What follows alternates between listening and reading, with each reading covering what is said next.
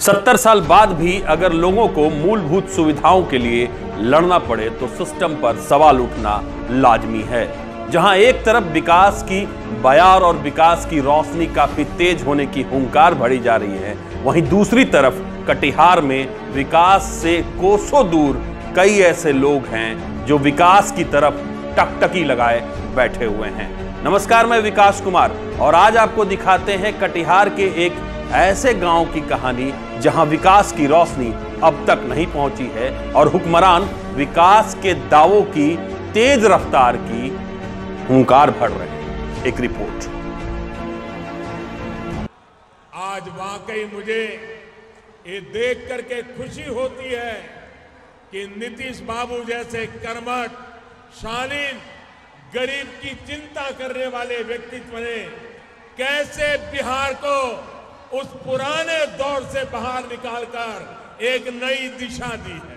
उस बिहार को एक घूंघट से निकालने का काम नीतीश जी और सुशील जी की जोड़ी ने और यहां की एनडीए की पूरी टीम ने एक अद्भुत काम किया है। 70 साल बाद भी अगर विकास की तरफ टकटकी लगाए लोग बैठे हों तो इससे अद्भुत और क्या हो सकता है।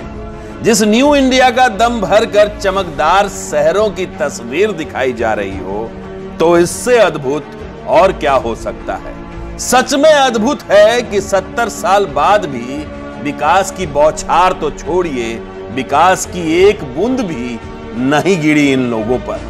20 साल से सत्ता की तरफ विकास से कोसों दूर टकटकी लगाए बैठे ये लोग कटिहार के दिग्घी नहर टोला के निवासी हैं, जिन पर आज तक विकास की रोशनी नहीं पड़ी।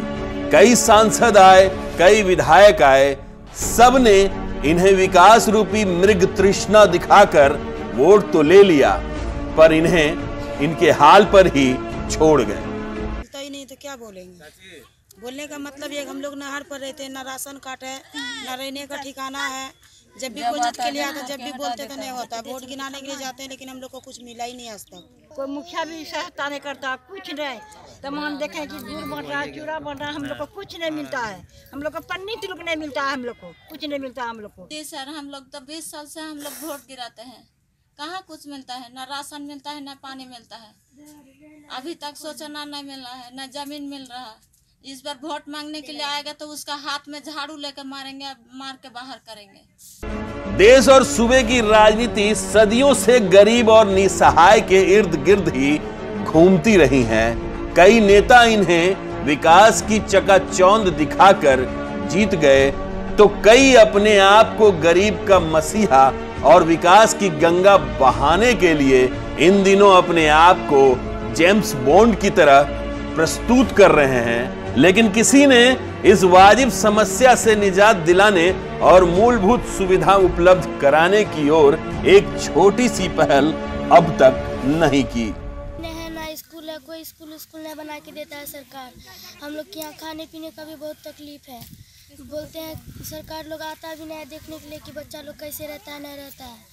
एक बार भी नहीं आता है। बहुत दूर में स्कूल है, जाते हैं ट्रक व्रक चलता है रास्ता में, इसलिए नहीं जाते हम लोग। आता है तो ये चीज़ देंगे, वो चीज़ देंगे, लालच दे कर किया। उसके बाद वो लोग अपना बिल में घुस जाता है और जब फिर वोट का समय आता है तब निकलता है। तो लालच में हम लोग गरीब आदमी आ जाते हैं कि हो सकता है कि ट्यूबवेल देगा, राशन कार्ड देगा, लेटरिन बाथरूम लेटरिन देगा। देखिए लाइन के बगल में मेरा घर है, बच्चा का कटने का डर है, बगल में पानी आ जाता है, नहर से भगाता क्या। जब सबने इन्हें छला तो इस छले हुए दर्द से जनप्रतिनिधि के दोहरे चरित्र के बारे में बोलते हुए इस लोकसभा चुनाव में वोट ना डालने की बात कही।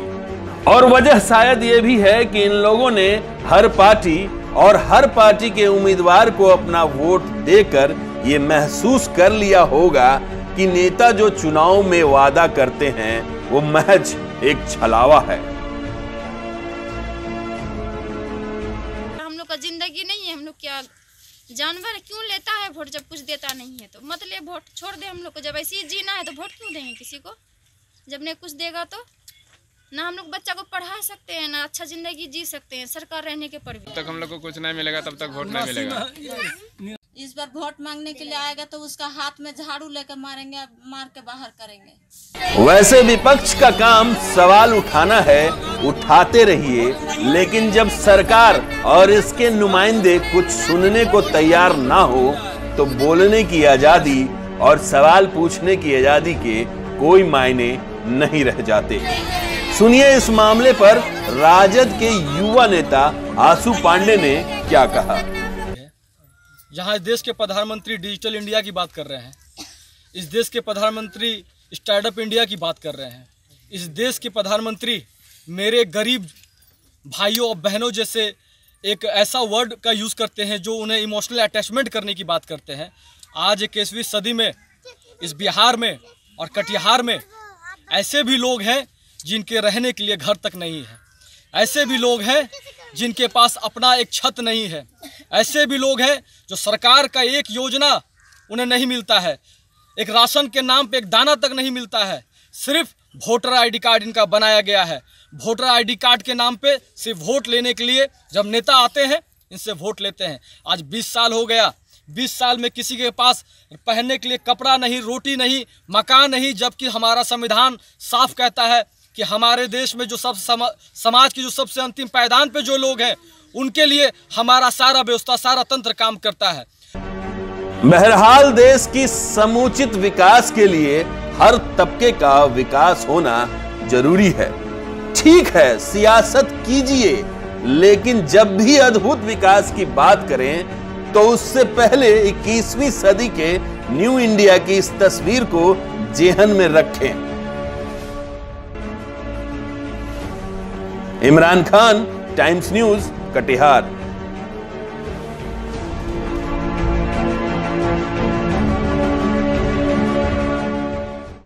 हुक्मरान तो दावा करते हैं कि गरीबों के लिए कई योजनाएं चलाई जा रही हैं, लेकिन इस खबर को देखने के बाद हम कह सकते हैं कि इन योजनाओं का प्रकाश या इन योजनाओं की पहुंच कम से कम इन तक नहीं पहुंची है। कटिहार में कई सांसद रह चुके हैं, कई अलग अलग पार्टियों के विधायक रह चुके हैं, कई अलग अलग पार्टियों के लोकसभा सदस्य रह चुके हैं, लेकिन विकास की रोशनी इन तक नहीं पहुंचना एक बहुत बड़ा सवाल है। और आज हम सबों को मिलकर यह सोचने की जरूरत है कि क्या नेता, क्या हुक्मरान सब वोट के लिए ही इन तमाम लोगों को याद करते हैं और वोट के बाद उन्हें इसी हालात पर छोड़ जाते हैं। आज के लिए बस इतना ही। तब तक के लिए हमें दीजिए इजाजत। नमस्कार।